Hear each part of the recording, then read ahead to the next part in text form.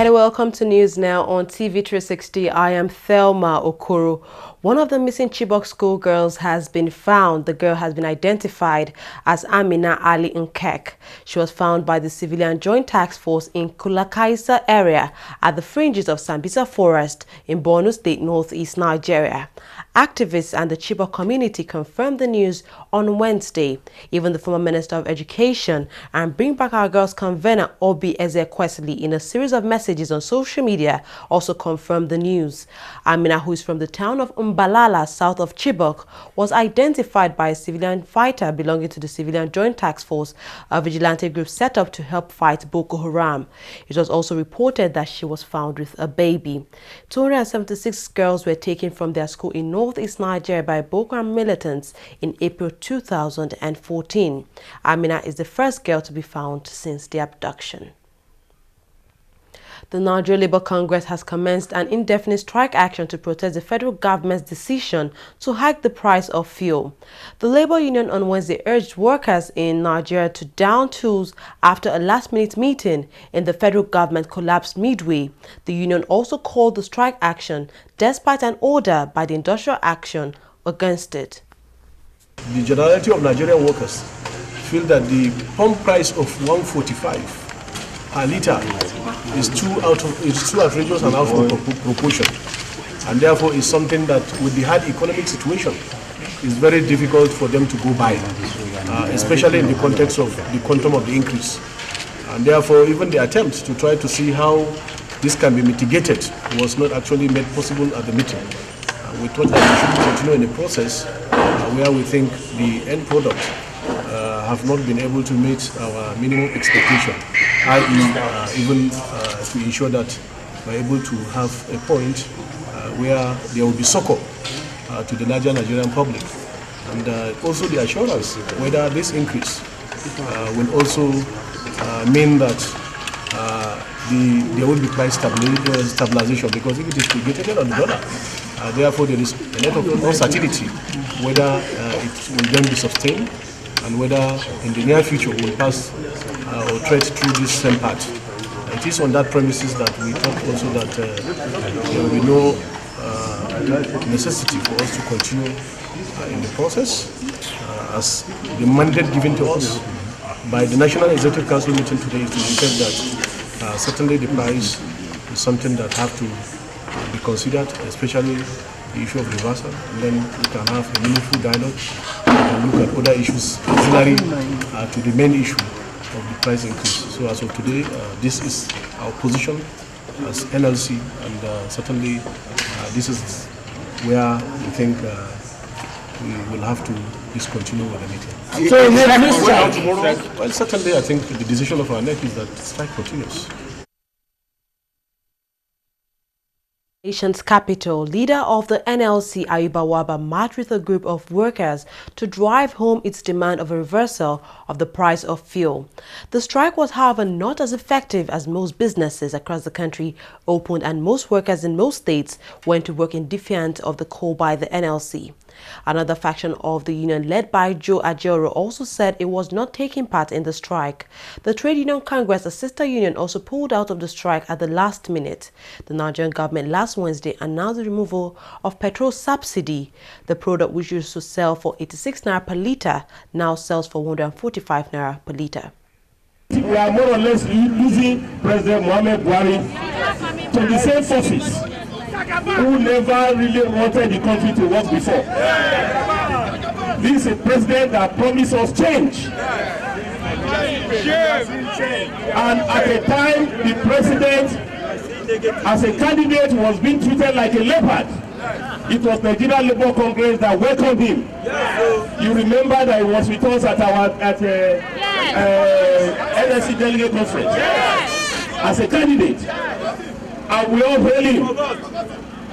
And happily, when he also came to office, he kept on very solidly to say that he will never, in fact, he doubted whether there was any subsidy. Then when they were pushing him, he said, no, if you increase the price of fuel, it has a lot of terrible negative impact on all the cost of living. IMF came here, they put pressure on him to devalue Naira. President Buhari refused. He put his feet on the ground. But comrades, the forces are at work to take our president from us. We must also be at work to rescue our president. And what we are doing today is part of that rescue mission. And I want to tell President Buhari that what we are doing here is better organized way to convey to him the feelings of Nigeria. The increase in fuel to 145 naira is not for the interest of the Nigerian masses. Let me give an analogy here. Fuel was being sold at 85 naira only within the Abuja metropolis. Outside Abuja metropolis, you find out that people are buying fuel at 200 naira, 250 naira. Now it's 145. What do you think people are buying there? And this is a major factor carrying the economy of the country. Other advanced countries have rail, they have waterways and some other means of transportation. In Nigeria, it's only motor vehicle transport we have. And this is affecting the entire system. The entire economy is under pressure. The economy is under pressure. And Nigerians are also under pressure. Meanwhile, the Nigerian government has urged all workers to respect the rule of law and desist from participating in the NLC strike, describing it as illegal. Talks between both sides broke down Tuesday night with the NLC led by Ayuba Waba walking out of the meeting. In response, the government warned all workers, whether in public or private sector, who take part in the strike will not be entitled to any wages or remuneration for the period of the strike. The Trade Union Congress, which was also present at the meeting, announced it was pulling out of the strike and negotiating with the Nigerian government. As we are aware, the NLC has two main factions. So a faction of the Nigerian Labour Congress completely agrees with the position of the TUC. Namely, that they will participate in all the technical committees going forward, and that work continues tomorrow as usual. A faction of the NSC, however, decided that unless government decides to look at the issue of the higher ceiling on the cost of PMS, they will have no further participation in the process. And since we only received a notice from them on Saturday, it is government position that it is not humanly possible to respond to their demands in the time frame given.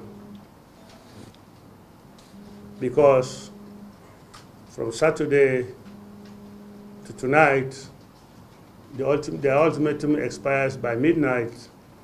It's only 1.5 working days. Full Monday and half Tuesday. So government has informed them that it cannot respond to their demands as presented. So, aside from the NLC itself, a number of individual affiliate unions had long indicated they will not participate in this strike, even though ordinarily they would have been part of one of the factions that did not participate, that did not want to cooperate with the position of government.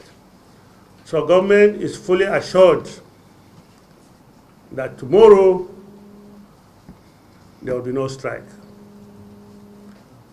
Again, we'd like to report to Nigerians that the Industrial Court has given an injunction that no strike should hold tomorrow by NLC and TUC.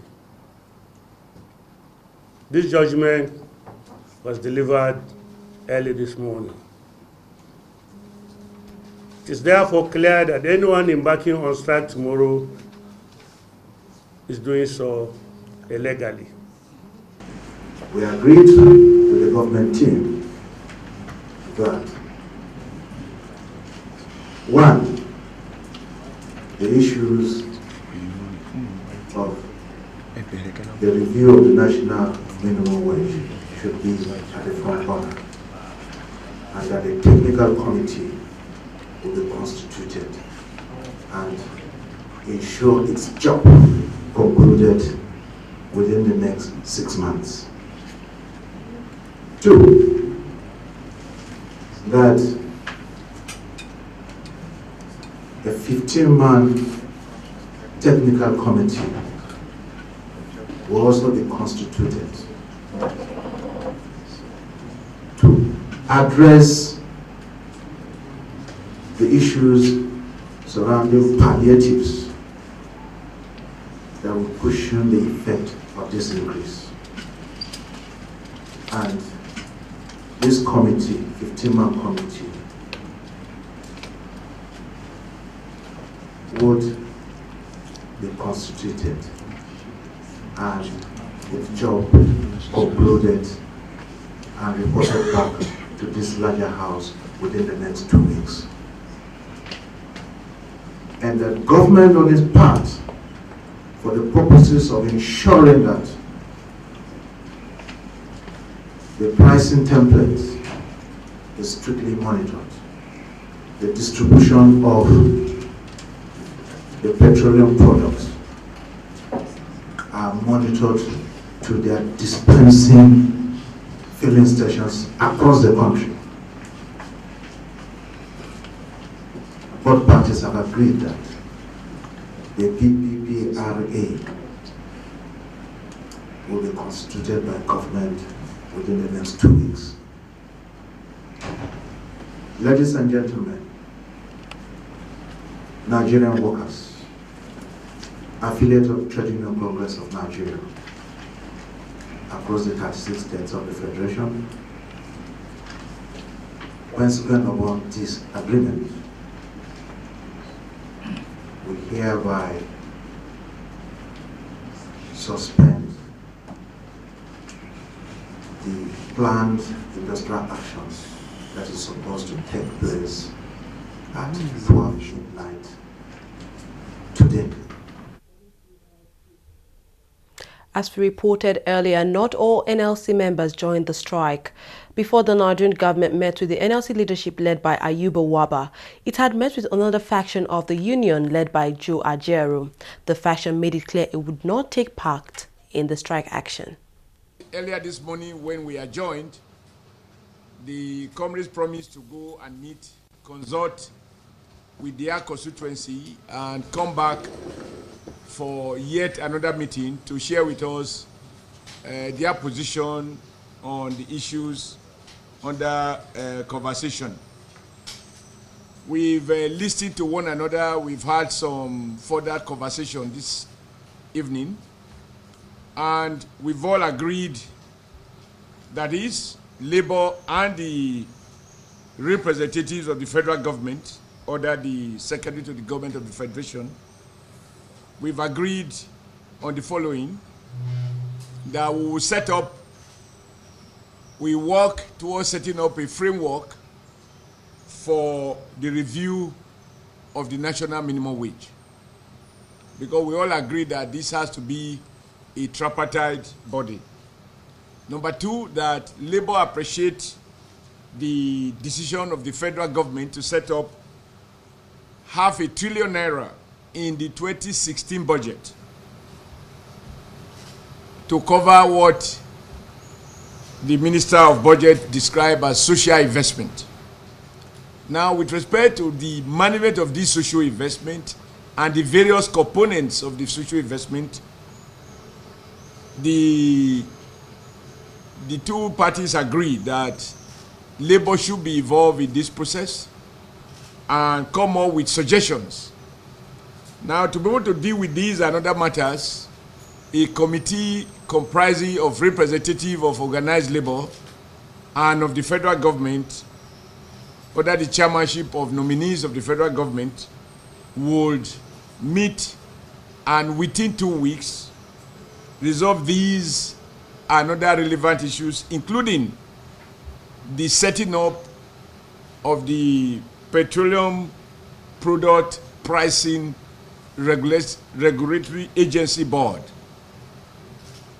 which you all know what its statutory responsibilities are in relation to the issues under focus. We've agreed that both parties should work as quickly as possible, but in any event, not later than 2 weeks. And the report of this technical committee, joint committee, will be submitted to what you might call a committee of the whole to deliberate and make a final decision for presentation to the federal government. I think in a sense, this is what has been agreed, and of course, the comrades had earlier on their own, they had briefed you of the fact that they would rather await the outcome of these efforts, and they will not be part of tomorrow's, they would rather await the outcome of this effort before any further action or inaction on their part.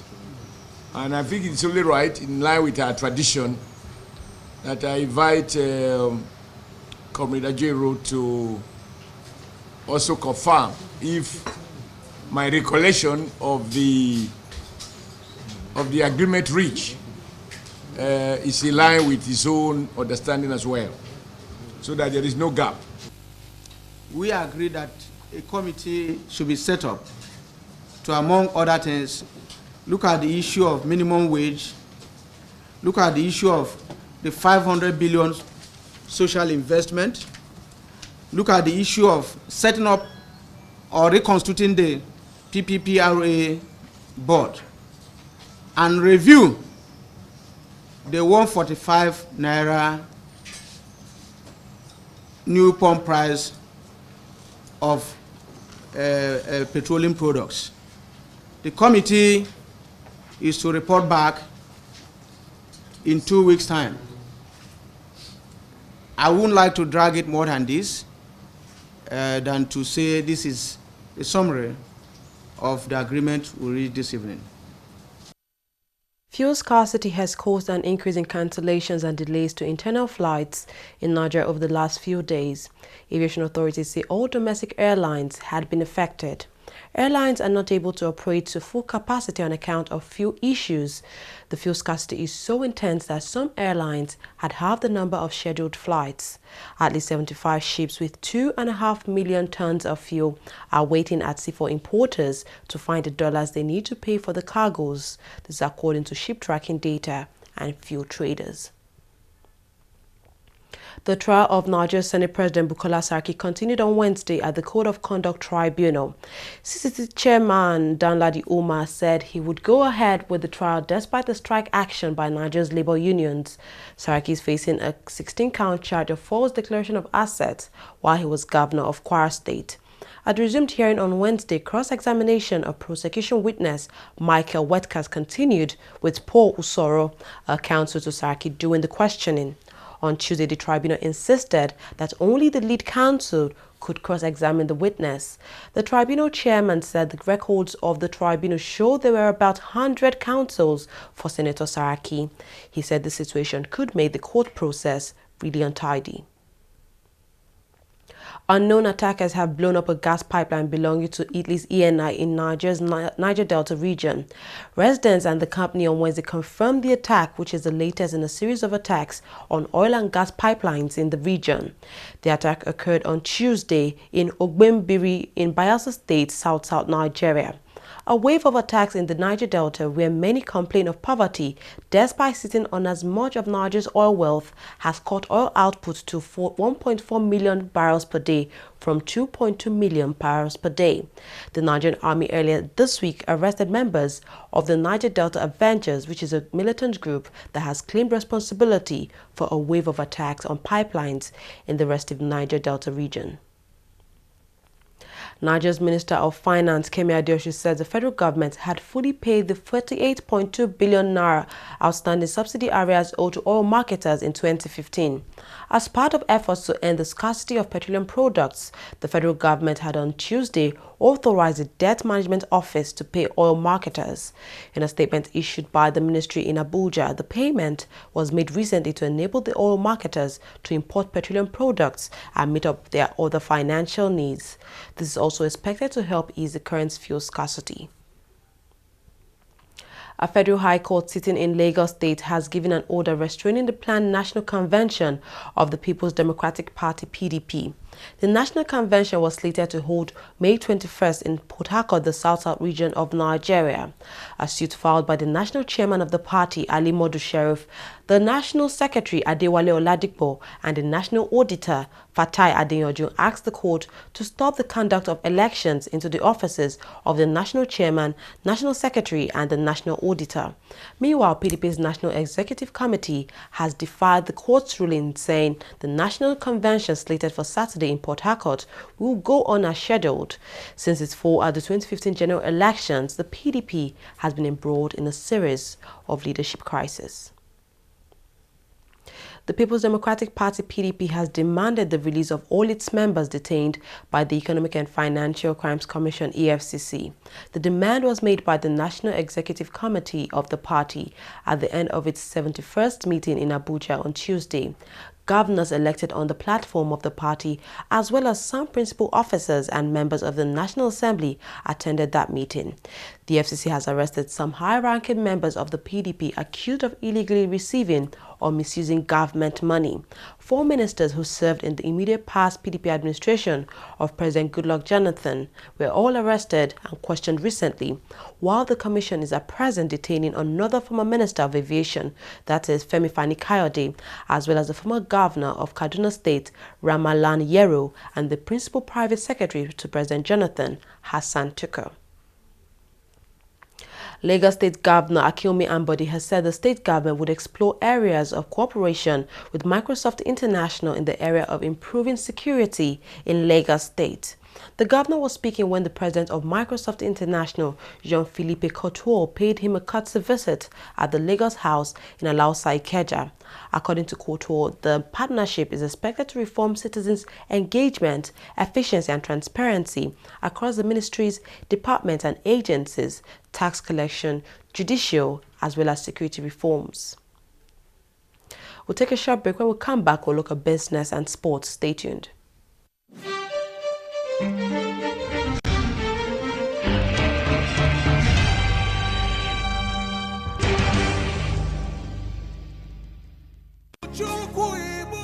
Comedy time once again. Chapel of Comedy with Nehi, featuring Igor, Elenu, MC Abe, MC Shakara, Emeka Smith, Bash, and many more. Music by Tim Godfrey. Special guest appearance from Motolai Kende, Charles Inoje. Venue, Golden Tulip, Amodofin, Festive Town, Lagos. Date 22nd May 2016. Time 5 p.m. Blue carpet 4 p.m. Ticket regular 2,000 naira, VIP 5,000 naira, table for 5 50,000 naira. For ticket bookings and inquiries, please call 086-237-2051 or 029-187-1640. Powered by Gospel Life Entertainment. 100% clean joke.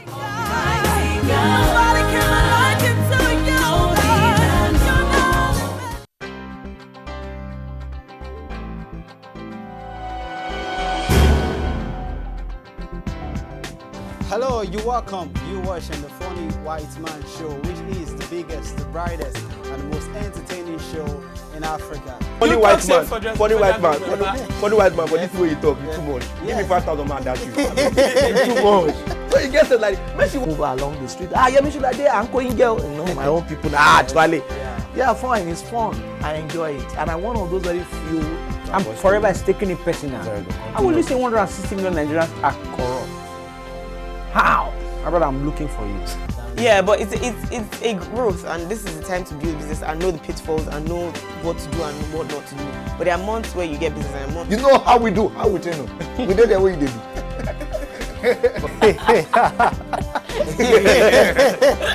Hello, you're welcome. welcome. You're watching Trending Matters on the Funny White Man Show. Of course, we will bring you trending issues just to entertain and tickle your fancy.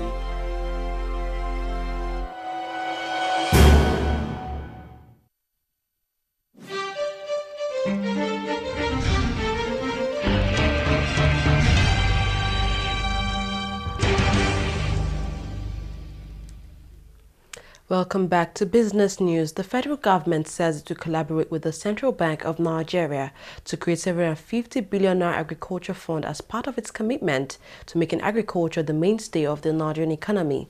This was revealed at the 2016 National Summit of the Poultry Association of Nigeria. The federal government had said it is committed to diversifying the economy away from oil and reviving the agricultural sector to boost the economy. Nigeria is facing its biggest economic crisis for decades due to the knock-on effects of a slump in crude oil prices. Oil futures edged lower on Wednesday off 2016 highs hit in the previous session. This comes as the impact of unplanned supply disruptions from Nigeria and Canada were tempered by rising supplies from elsewhere. International Brent crude was trading at $49.05 a barrel, while U.S. crude futures were 16 cents lower at $48.15 per barrel. The two contracts hit 2016 highs of $49.75 per barrel and $48.76 per barrel, respectively, in intraday trade the previous day. Unscheduled supply outages in Nigeria and Canada, amounting to around 2 million barrels per day, have supported oil prices in recent weeks. The United States has condemned the excessive use of force by Kenya's security services during a demonstration by opponents of the electoral oversight body. Police beat some demonstrators with batons and kicked some others on Monday after firing tear gas and water cannons to disperse a crowd outside the Independent Electoral and Boundaries Commission (IEBC). Some demonstrators also threw stones at the policemen. Inspector General of Police Joseph Bonois condemned what he called lawlessness by the rioters, but said an internal inquiry was underway to see if any officers broke the law. Rescuers in Sri Lanka are searching for scores of people missing after massive landslides following days of rain. The Red Cross says more than 200 families are feared buried in the mudslides that hit 3 villages in central Kigali district. At least 13 bodies have been recovered so far. Another 3 bodies were found elsewhere in the district. Disaster officials say about 150 people have been rescued, but more than 60 houses have been buried by mud. Moving on to sports, Nigerian lawmakers have summoned the Minister of Sports Solomon Dalong and other officials of the Nigeria Football Federation in a bid to resolve the crisis rocking the glass house. In a motion sponsored by Prestige OC, the reps observed that if not resolved, the crisis would affect Nigeria's chances of qualifying for the next FIFA World Cup and the team's performance in the upcoming Rio Olympic Games. A few weeks ago, a court had ordered Chris Giwa to assume office as NFF president. However, World Football Governing Body FIFA has said the NFF faces sanction if the court ruling is obeyed and Amaju Pinnick is removed as NFF president. Chelsea's keeper John Terry has signed a new one-year deal that will extend his stay at Stamford Bridge. The news brings to an end several weeks of speculation regarding the 35-year-old's future. A club statement on Wednesday confirmed the news that the ex-England keeper had signed a new deal. The agreement will take Terry into his 22nd year with the Blues, having signed at the age of 14. He has since made 703 first-team appearances, the third highest in his history, with a club record of 570 of those as captain. Liverpool will face Sevilla in the Europa League final on Wednesday night at the Basel St. Jacob Park in Switzerland. Speaking to reporters, Liverpool's manager Jurgen Klopp said his side will do all they could to reward supporters for their backing. Liverpool will also attempt to secure their first major piece of Europa silverware after 11 years while the Spanish side are looking for a third straight triumph in the competition. Well, we've come to the end of news now. Thank you very much for watching. I am Thelma Okoro.